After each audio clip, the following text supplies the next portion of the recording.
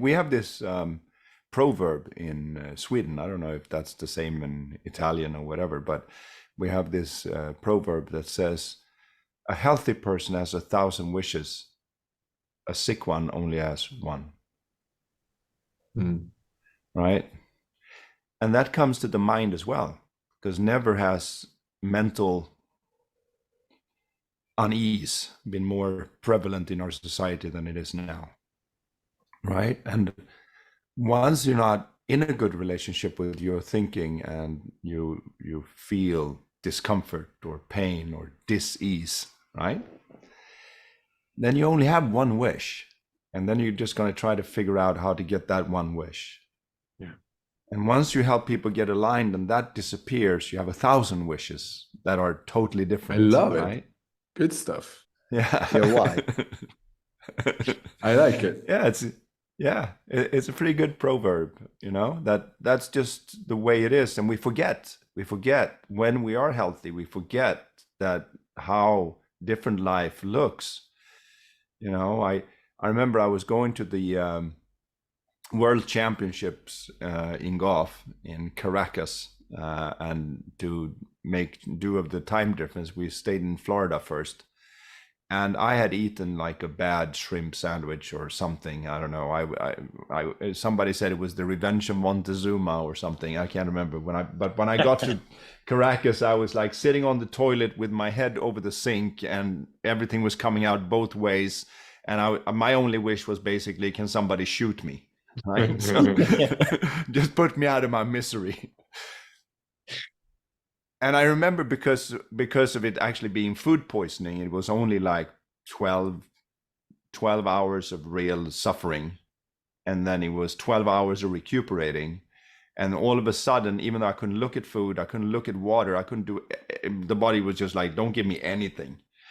And then 24 hours later, I woke up in the morning, I went to the hotel buffet and I drank water, and I thought, they must have special water in Venezuela because it tastes so much better than any water I've ever had.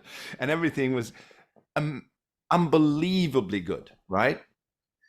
And I remember the first time I was really hitting my head so hard against trying to get this insight.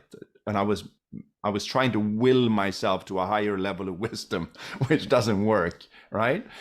And I was frustrated because I thought, I've read all the books and I understand this thing, but it feels like I'm just putting it on like a fat suit of some sort. And little old me is on the inside. Seems like everybody else have been so grounded and wise, and I can't get it, but I can talk about it.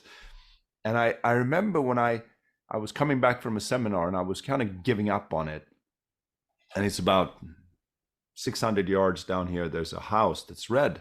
And just much like you talked about the guitar, I was coming in, I was just not even thinking about it. I was coming in the car and I thought, that house, they must have painted it. That's a vibrant red, right?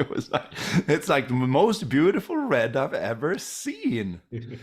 And then the trees looked like really green and really, I mean, magical trees.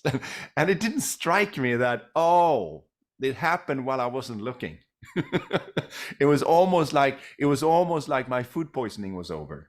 But this was a mind poisoning that was over. Yes, that's it. Yes.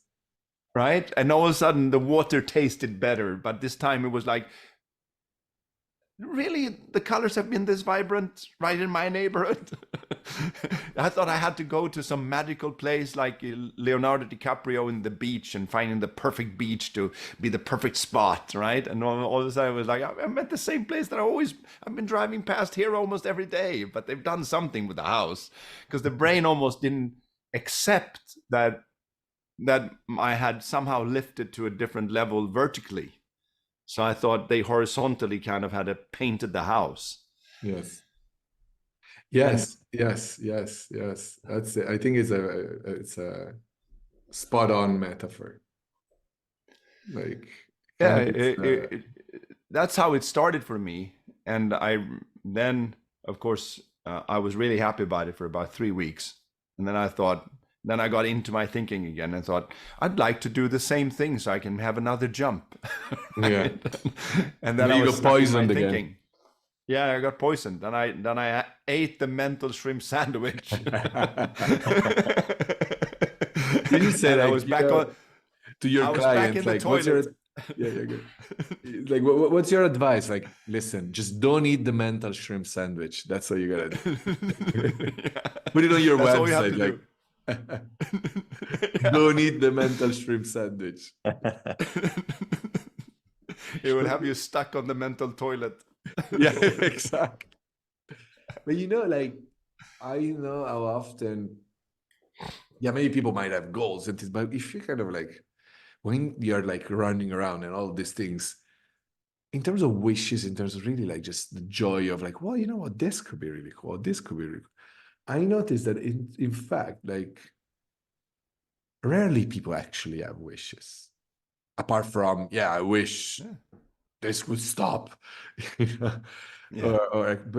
But like, even the people would tell you I'm doing well, they were like, no, I'm like, no, I do my thing, and and that's not quote unquote normal, natural, the way I see it. I think No. when we are healthy, when we're feeling good, it's almost inevitable. Like, well, like, I guess like I would imagine you meet anyone and they're sort of doing well, and you have this conversation, and so what would be cool for you? And they would start with an infinite thing, What well, I guess wouldn't it be cool to like take on like pottery and like well, I always wondered about like astronomy. Maybe I'm gonna read a book.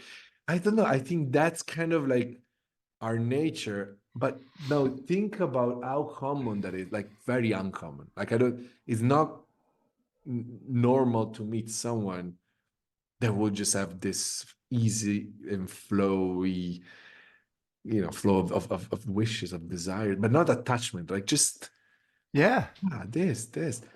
I often thought people would be like, oh, like I don't have a spectator, I know, like I'm just gonna work hard, I'm gonna do my thing, but and that's I think a symptom, as you said, like yeah, the sick person has only one wish. I think if you Yeah. find yourself with only one wish, that might be just a red flag. Yeah. You know? It becomes exactly what you said. It's a warning signal. But what most people do with warning signals is that they take some kind of band-aid. It's almost like, if they have an upset stomach, they take Imodium or something so they can go work anyway, instead of seeing that maybe my body doesn't want this inside of it, right? So they kind of stick a plug in their ass and say, I can work now.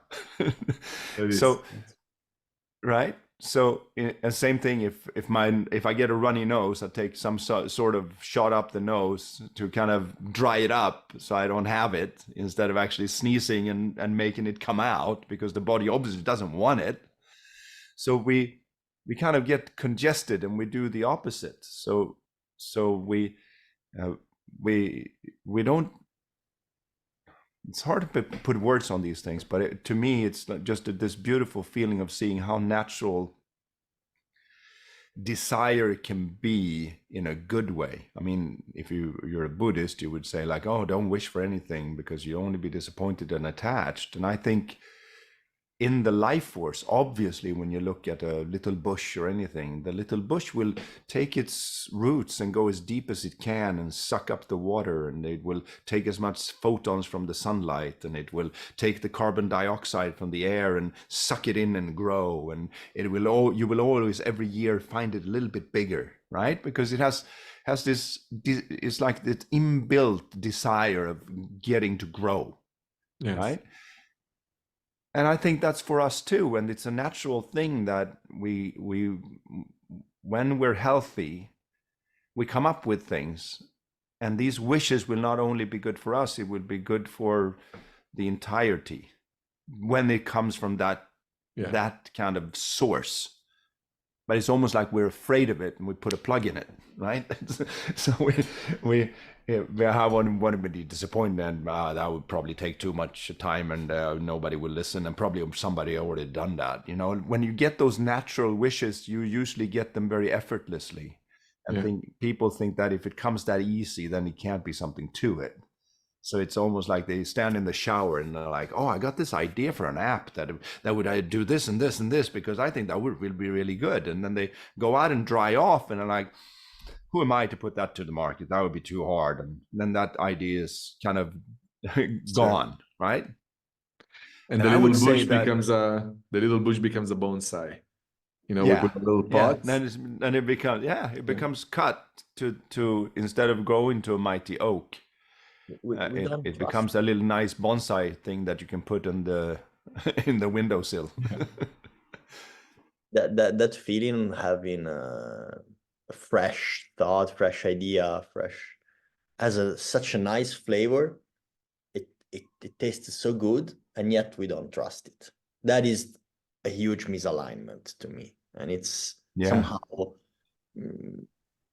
kind of easy, I guess, to even to explain, to understand. It's you when you, oh, that, and then, oh, that's Yeah. I'm not gonna have to. We don't trust it. Yeah.